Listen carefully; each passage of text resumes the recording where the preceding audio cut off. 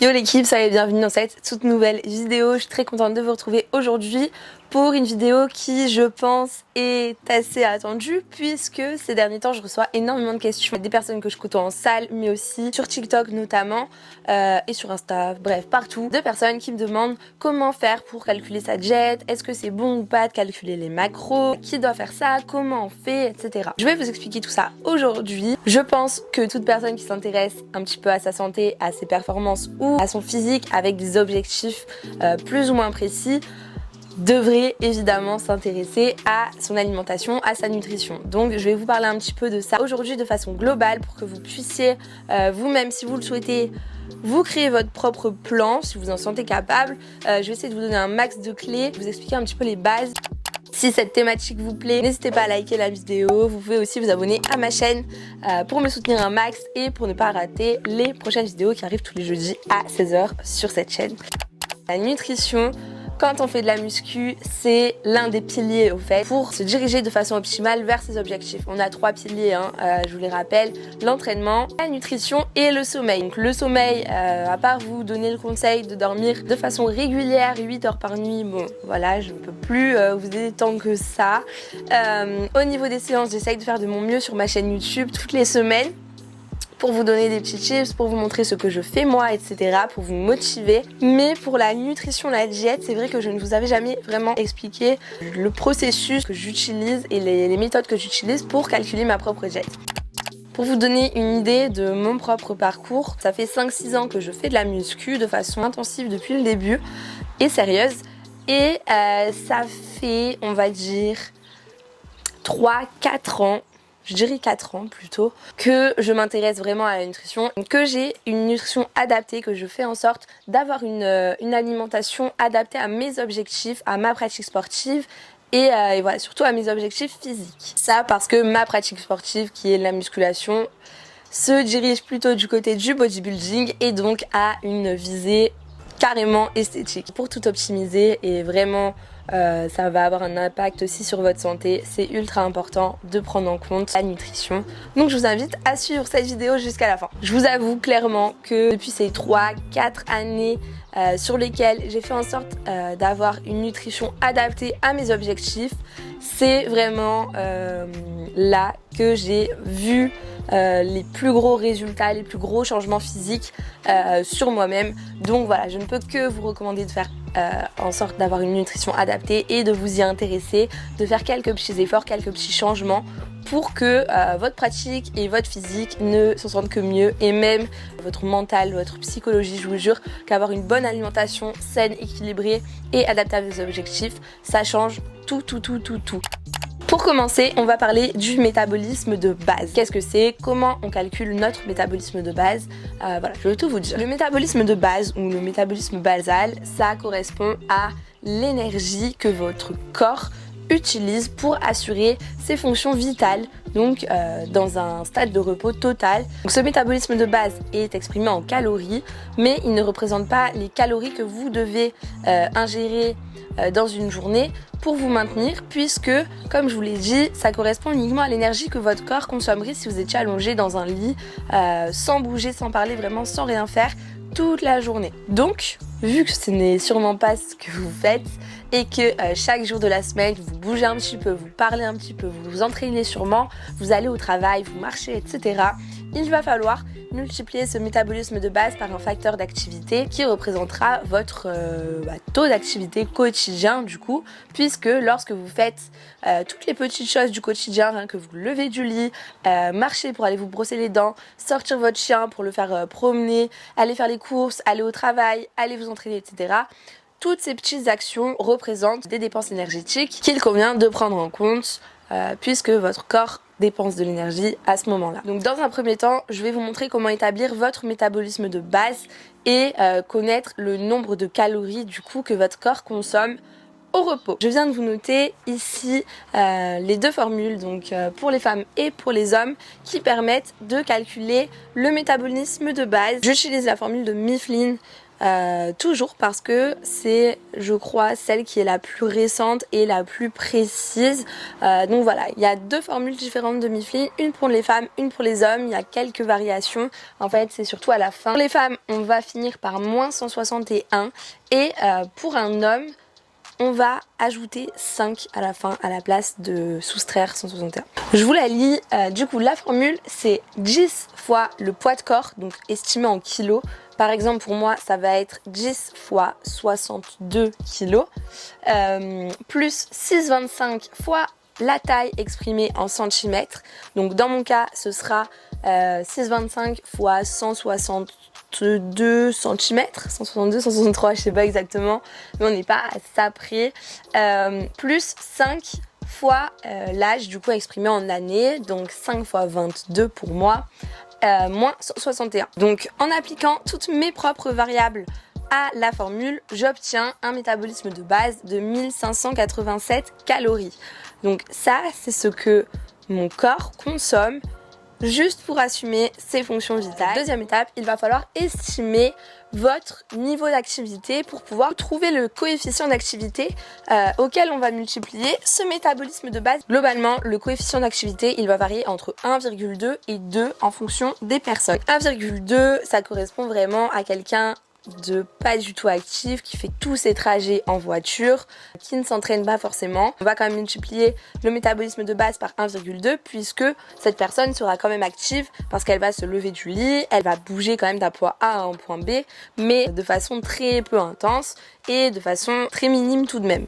Donc voilà, ça va correspondre à ce type de cas. 2, ça va vraiment correspondre à quelqu'un qui ne s'arrête jamais, qui s'entraîne tous les jours, qui a un métier et un mode de vie très actif. À vous ensuite d'estimer où est-ce que par rapport à votre activité vous vous situez et quel facteur d'activité vous convient à vous. Je suis quelqu'un qui suis très active, je fais 10 000 pas par jour, c'est un objectif que je me fixe et que j'accomplis chaque jour.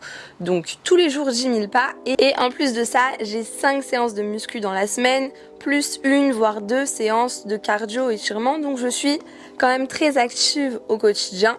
Dans mon cas, par rapport à ce que je viens de vous dire, je me place vers les 1,8 parce que je suis quand même hormis ça souvent assise à l'école ou au travail, voilà, donc ou en train de faire du montage, j'ai toujours des choses à faire, donc même si j'essaye d'être la plus active possible, je sais que j'ai encore une marge et que je pourrais l'être plus, donc voilà, on va pas se placer au niveau des 2, mais 1,8 je pense que c'est adapté à moi. Donc à vous de voir, vous pouvez aller sur internet si jamais vous ne savez pas exactement où vous placer au niveau du facteur d'activité, vous avez une définition pour chaque facteur pour estimer au mieux votre total calorique, votre rapport de maintenance. Voilà, je vous avais noté tout en bas mon métabolisme de base que j'ai calculé avec la première formule et on va le multiplier par 1,8 qui est le facteur d'activité qui me correspond. Je me retrouve avec un total calorique de 2857 calories du coup. Ce chiffre-là, il correspond aux calories que mon corps dépense chaque jour pour assurer ses fonctions vitales et assurer les activités que je lui impose. Donc, c'est les calories que je dois ingérer chaque jour pour maintenir mon physique actuel. Donc, ce total-là, il correspond vraiment à l'énergie dont votre corps a besoin pour se maintenir et ni perdre de poids, ni prendre de poids. Si vous avez un objectif de prise de masse, du coup, il va falloir augmenter ce total calorique. Et si vous voulez en perdre, vous allez simplement réduire ce total calorique de maintien. Je vous conseille d'y aller petit à petit, donc vraiment par palier de 150 calories, afin d'avoir soit une prise de masse propre, soit une perte de gras optimale. Pour limiter la perte de masse musculaire, c'est absolument pas ce qu'on veut généralement. Globalement, vous allez vous faire un palier à calories de maintenance moins 150 calories ou calories de maintenance plus 150 calories, tant que cet apport-là vous permettra de vous diriger vers votre objectif, c'est-à-dire que si vous êtes en perte de gras, tant que cet apport-là de semaine en semaine vous permet de perdre de la masse, ou si vous êtes en prise de masse du coup, tant que cet apport-là de semaine en semaine vous permet de prendre du poids, eh bien vous allez le conserver parce que à un moment donné, au bout de 2, 3, peut-être 4 semaines, votre corps va stagner et va arriver à un plateau. Il va lui falloir plus de calories ou moins de calories pour pouvoir continuer le processus. Ce qu'il faut, c'est y aller petit à petit pour ne pas choquer le corps, pour pouvoir avoir des résultats optimaux, jolis et ne pas risquer sa santé évidemment. Voilà pour les calories. Maintenant, il faut voir plus loin que ça évidemment. C'est là que les macronutriments interviennent. Il y a 3 macronutriments. D'abord, les glucides. On va les retrouver principalement en grande quantité dans les aliments comme les féculents, donc ça va être les pommes de terre, les patates douces, le riz, les pâtes. Globalement, dans cette catégorie-là, les féculents, on va toujours retrouver 50 à 70-80% de glucides. Donc ça fait de ces aliments-là des aliments vraiment à dominante glucidique, on va dire. Il y a aussi les fruits. Dans les fruits, il y a uniquement des glucides, mais en quantité moindre par rapport aux féculents. Parce que dans les fruits, on va retrouver 15 à 30% de glucides. Ça a d'autres bienfaits évidemment, que ce soit dans les féculents ou dans les fruits, il n'y a pas que des glucides, du coup il y a d'autres petites choses, mais en quantité moindre. On va également retrouver bien évidemment des glucides dans tous les produits transformés, type gâteau, toutes les choses sucrées, voilà. Mais ça, je les mets très loin parce que ce que je prône, ce que je fais et ce que je conseille vivement pour votre santé et pour votre physique, pour vos résultats esthétiques et pour votre bien-être psychologique évidemment, c'est de virer un maximum tous les produits ultra transformés. Ça n'apporte rien de bon en fait pour le corps. Le corps n'en a pas besoin. Du coup, au niveau des calories, 1 gramme de glucides représente 4 calories. Les glucides, c'est le premier carburant de votre corps. C'est la plus simple des sources d'énergie.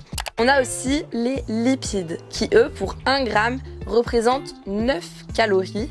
Le rôle des lipides, ça va principalement être d'assurer le bon fonctionnement de votre système hormonal, de votre cerveau, etc. On va les retrouver principalement dans les huiles, dans l'avocat. Généralement dans les oléagineux qui sont très intéressants, on va retrouver 2 fois plus de lipides que de protéines. Donc voilà, on peut dire qu'il y a des protéines aussi dans les oléagineux, j'en parlerai après, mais la dominante est quand même lipidique. On va également trouver des lipides dans les poissons gras tels que le saumon ou le maquereau. On en a aussi une bonne partie dans tous les fromages, donc que ce soit du comté, de la mozzarella, etc. On va retrouver un petit peu de protéines aussi à l'intérieur, mais surtout beaucoup de lipides.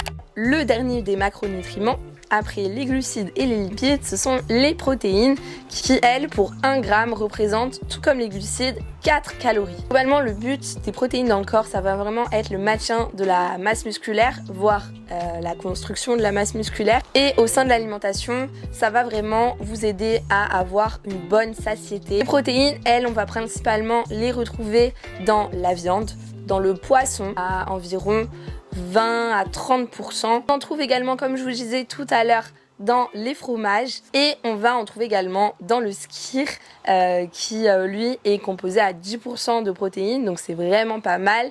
Dans les œufs bien sûr, qui contiennent aussi de très bons lipides avec le jaune d'œuf et le blanc d'œuf qui contient uniquement des protéines. On retrouve aussi dans les oléagineux, donc tous les fruits à coque comme les noix, les noisettes, les amandes, etc. Je vous l'ai dit tout à l'heure, les lipides sont vraiment très importants pour assurer le bon fonctionnement de votre système hormonal notamment. Donc ils ne sont vraiment pas à supprimer, contrairement à ce qu'on a pu mettre dans la tête de la majorité de la population avec tous les magazines et tout à l'époque. Il faut donc consommer chaque jour entre 0,8 et 1 gramme minimum de lipides par kilo de poids de corps. Ce que ça signifie, c'est que pour moi, par exemple, qui suis une femme et qui du coup ait besoin d'avoir un système hormonal qui fonctionne parfaitement, je vais me caler au niveau des 1 gramme de lipides par kilo de poids de corps. Et pour moi qui pèse actuellement 62 kg, ça va représenter 62 grammes de lipides à consommer chaque jour. 62 grammes de lipides. En termes de calories, étant donné qu'1 gramme de lipides équivaut à 9 calories, vont représenter déjà 558 calories sur les 2837 calories que je suis censée consommer. Donc ça fait déjà une bonne partie de mes apports. Ensuite, pour les protéines, il est recommandé d'en consommer au minimum 1,6 g par kilo de poids de corps dans le but vraiment de conserver sa masse musculaire et de maintenir sa masse musculaire. C'est vraiment le minimum et moi pour optimiser la prise de masse musculaire, je me place plutôt aux alentours des 2 grammes par kilo de poids de corps de protéines puisque on peut aller jusqu'à 2,2 grammes par kilo de poids de corps de protéines. Ça dépend du contexte et du coup c'est adapté en fonction de vous, de vos préférences et de vos objectifs. Voilà, donc de 1,6 à 2,2 grammes. Pour moi, étant donné que je pèse 62 kg et que je me situe personnellement aux alentours des 2 grammes de protéines par poids de corps, les protéines dans mon alimentation vont représenter 120 grammes. Étant donné que, comme je vous l'ai dit, 1 gramme de protéines correspond à 4 kcal, ces 120 grammes de protéines chaque jour vont représenter dans ma diète 480 calories puisque 120 x 4 égale 480. Du coup, avec l'énergie apportée par les lipides et les protéines, on atteint déjà un total de 1038 calories. Je vous l'ai dit, mon apport quotidien est de 2537 calories.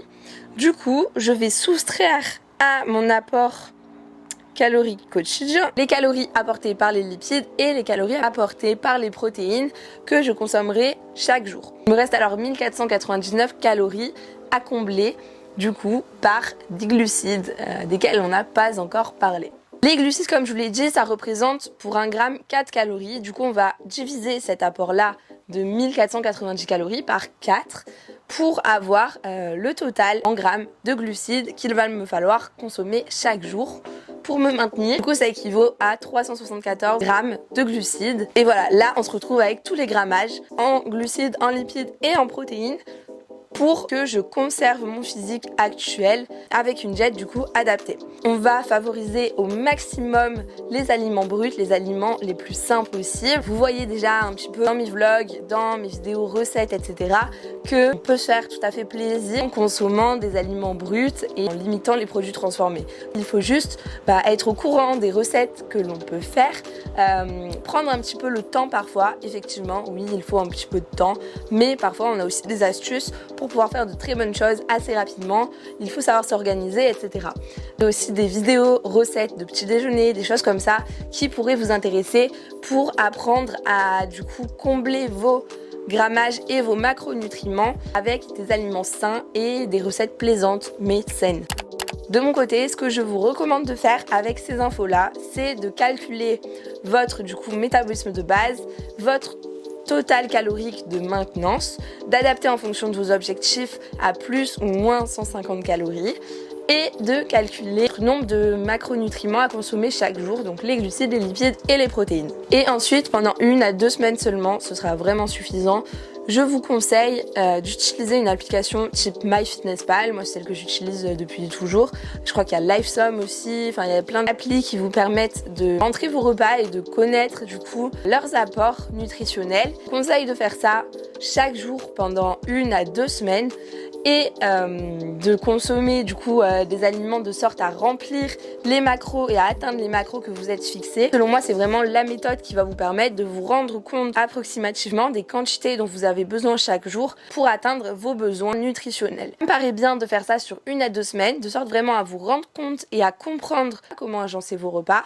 Mais si vous n'avez pas d'objectif super précis et que vous avez simplement un objectif de perte de poids, de prise de masse et tout, je vous conseille simplement de repérer et de prendre vos marques avec ces quantités-là à l'œil et pour la suite d'uniquement faire des approximations et de voir à l'œil combien est-ce que vous avez besoin pour votre repas. Par exemple, au bout de 2 semaines, vous allez comprendre que votre petit-déj il se compose de 3 œufs, un grand verre de flocons d'avoine et de 3 grosses cuillères de skyr par exemple. Mais voilà, c'est inutile de peser comme ça constamment à l'année si vous n'avez pas des objectifs super précis. C'est un casse-tête pour peu de choses. Voilà, on n'est pas à 10-20 grammes près en général. Franchement, faire des approximations comme ça à l'œil, c'est largement suffisant, mais il vous faut une base, un repère, et c'est pour ça que je vous conseille de peser vos aliments pendant 1 à 2 semaines. Globalement, si vous n'êtes pas tout à fait dans les clous et que vous êtes à 20-30 grammes de différence, c'est pas grave, il ne faut pas dramatiser, il faut que vous vous sentiez bien avec votre alimentation, dans votre tête et dans votre corps. C'est ça le principal. Et pour ça je vous conseille de manger varié tous les jours, équilibré, et du coup de faire à chaque fois de vrais repas. Dès que vous mangez quelque chose, il faut que ce soit un vrai repas équilibré avec des glucides, des lipides, des protéines et potentiellement une portion de légumes ou une portion de fruits. C'est la façon la plus optimale de consommer ces aliments, de les assimiler, etc. Donc voilà, et ça permet aussi du coup d'apporter au corps tout ce dont il a besoin à chaque fois et de ne pas créer de sensation de fringale, etc. Vraiment, mangez assez, parce que je sais qu'il y en a beaucoup qui se restreignent et qui pensent que c'est comme ça qu'ils auront le physique de leurs rêves, mais pas forcément. Vous voyez dans mes vlogs que je mange énormément hein.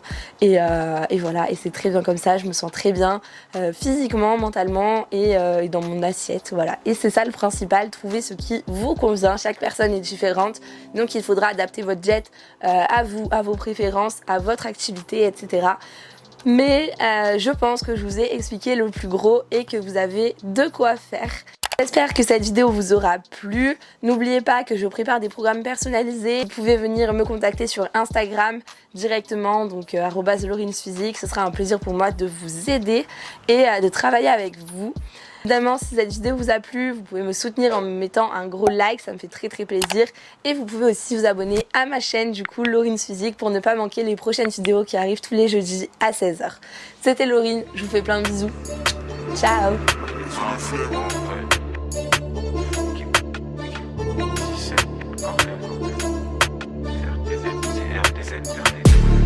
Keep